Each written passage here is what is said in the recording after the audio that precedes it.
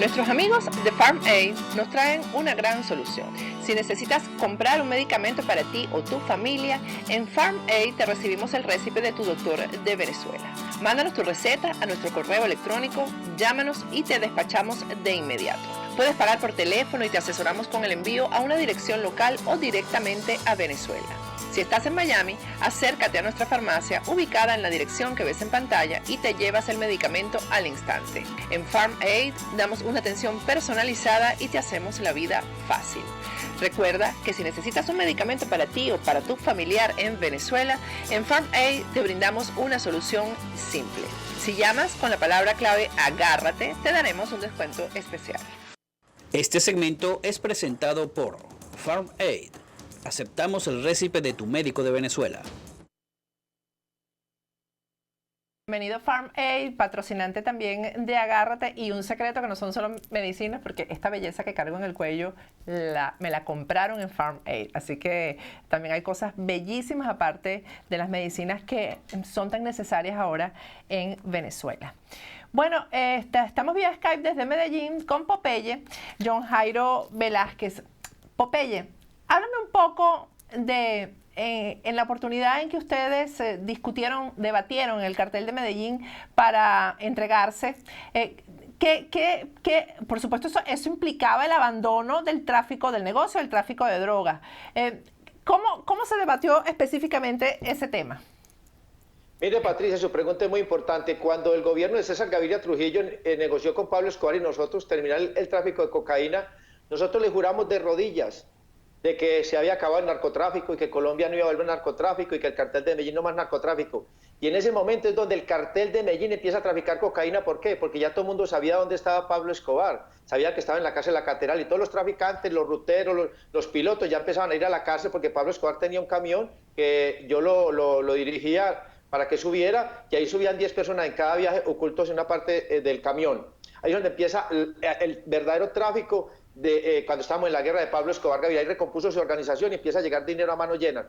Lo mismo va a pasar con las FARC. Las FARC le prometen al gobierno y que van a erradicar manualmente la cocaína para que no haya glifosato, que no sé qué, que vamos a quitar las minas y todo, pero quedan las rutas principales.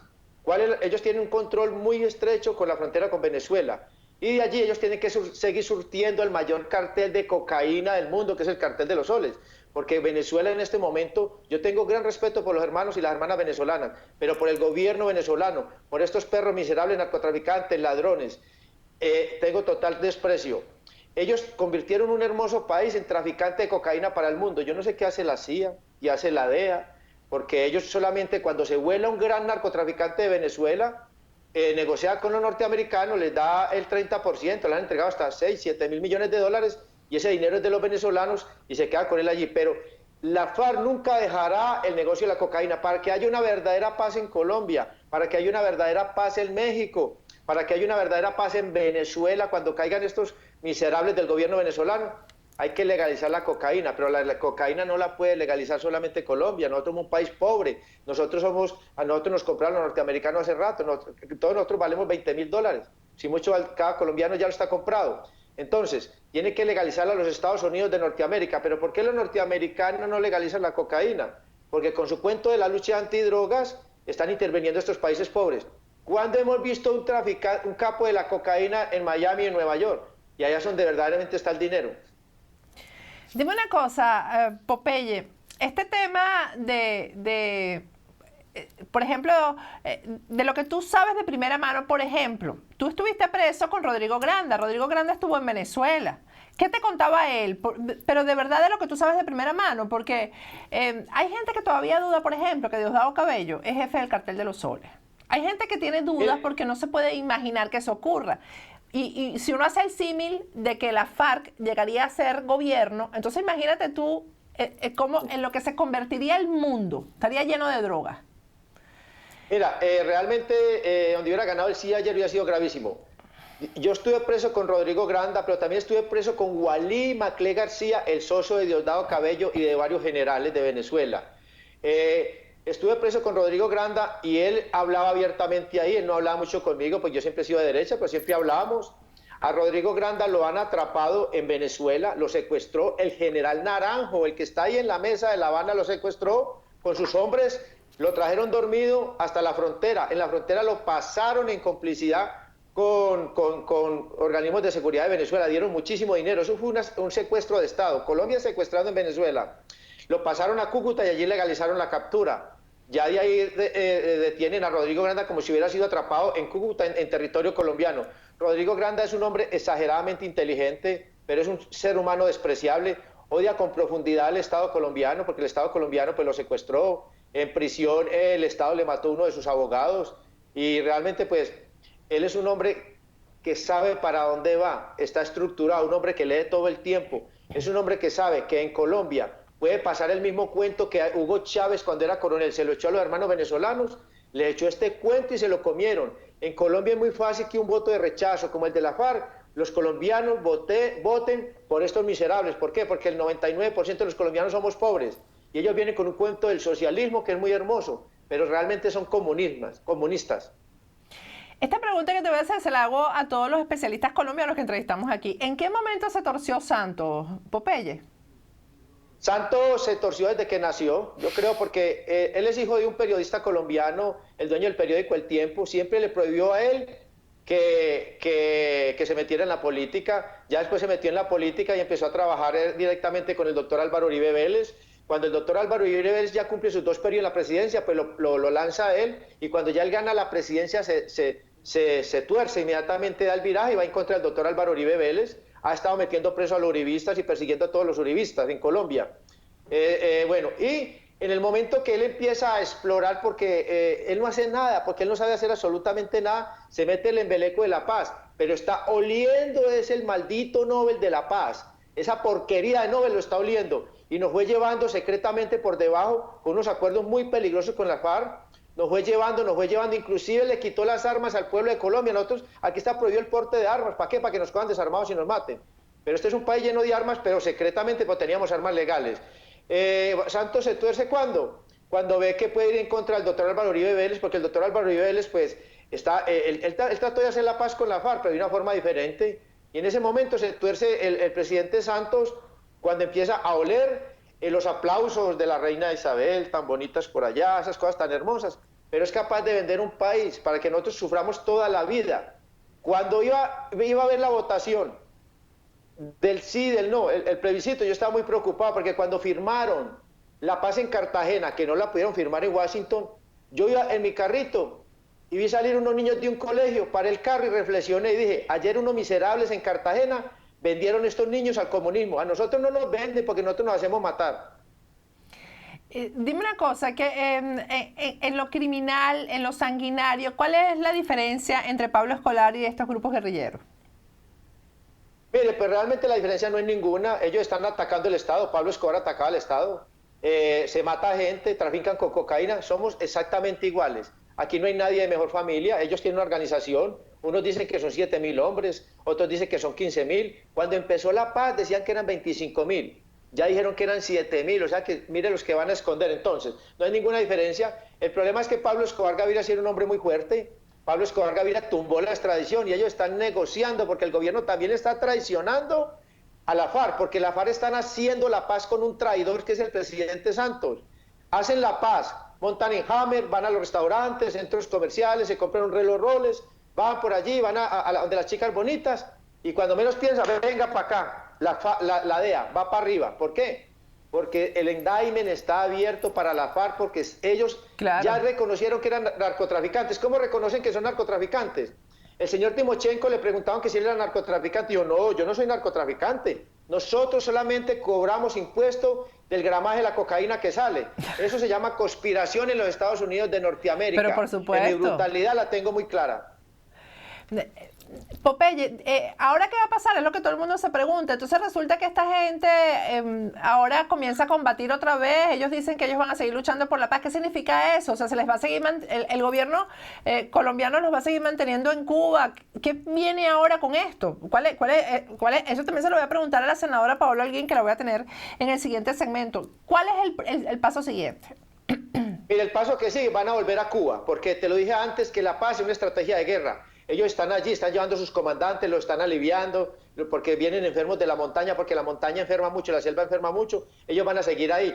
ayer se le midió el aceite a la FARC. Nosotros pensamos que al ganar el no, listo, cogemos el fusil y empiezan a matar gente. Toda la vida han matado gente, allá 50 y pico años matando gente, listo, maten gente, no pasa nada, hemos vivido en guerra toda la vida. Resulta que la FARC dan un viraje y dice, seguimos luchando por la paz, porque ellos están cómodos con la paz, ya probaron lo que es vivir en Cuba, ya probaron lo que es sentarse en una discoteca y tomarse un buen ron cubano, un buen puro cubano, las muñequitas muy bonitas, y la comunidad internacional aplaudiéndolo. Pero no saben lo que vamos a vivir nosotros acá. Hemos recibido tradición de mucha gente, recibimos tradición del Papa, los del no, recibimos tradición de la prensa colombiana, recibimos tradición de la Iglesia y recibimos una tradición que nos dolió mucho de Capriles.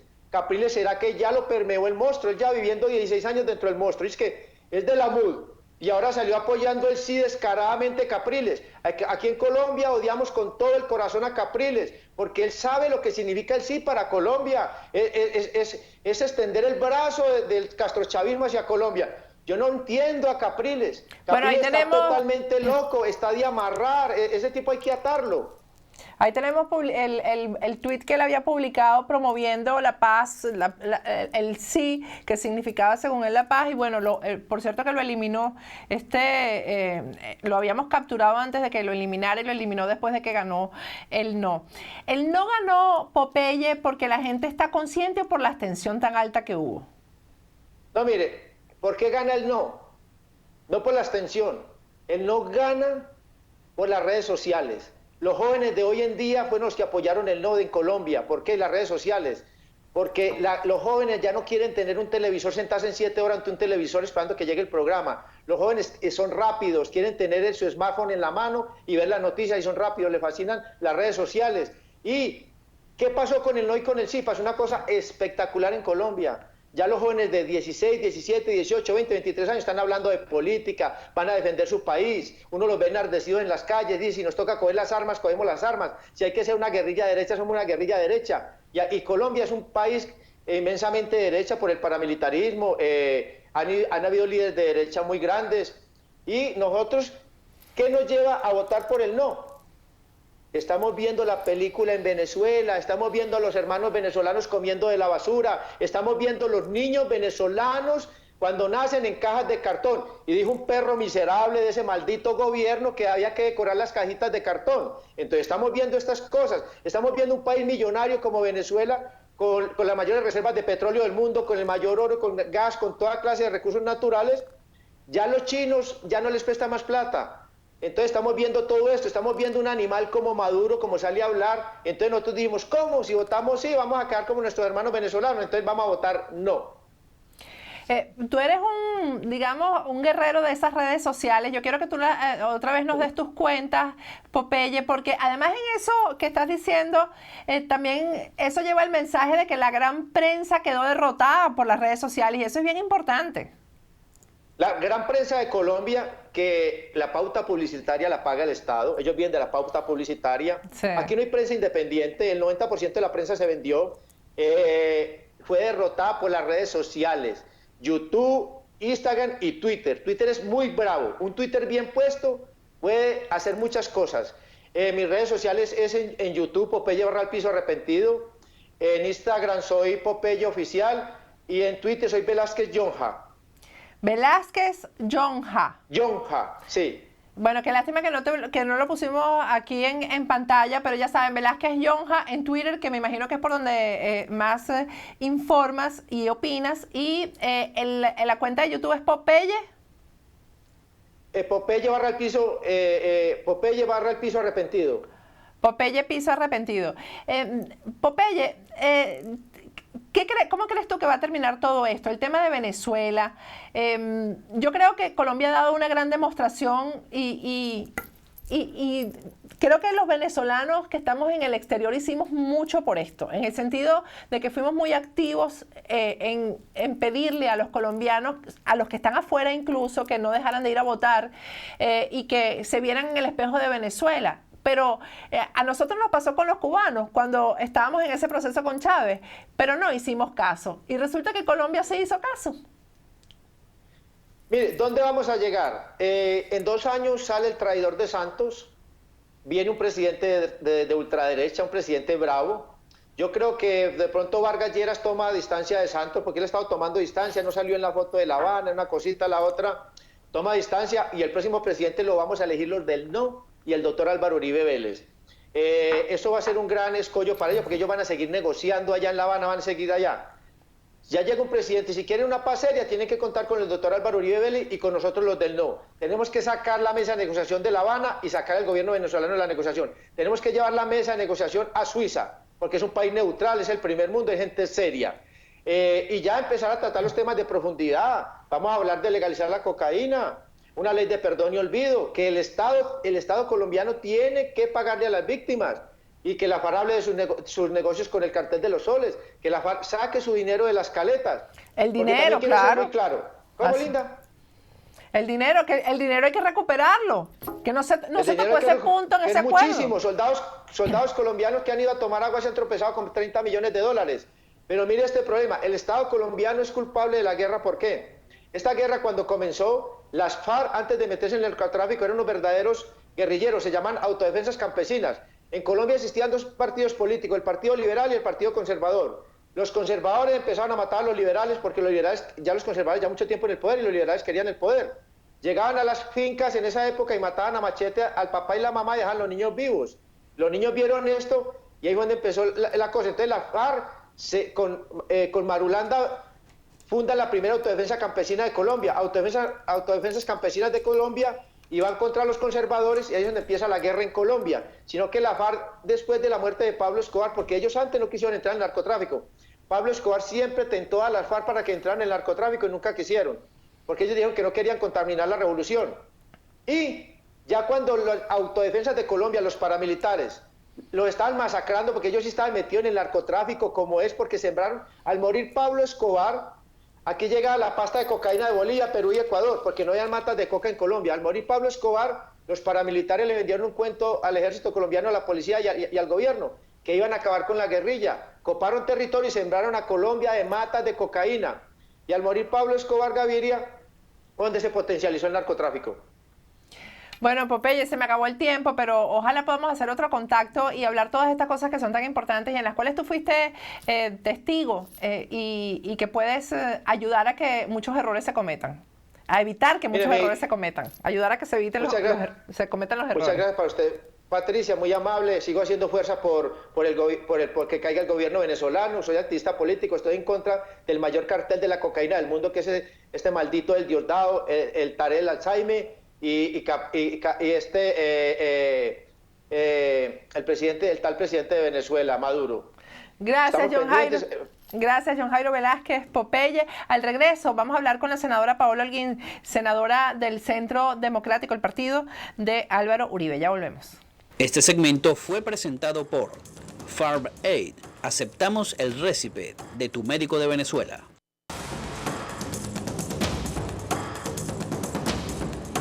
Agárrate con Patricia Poleo.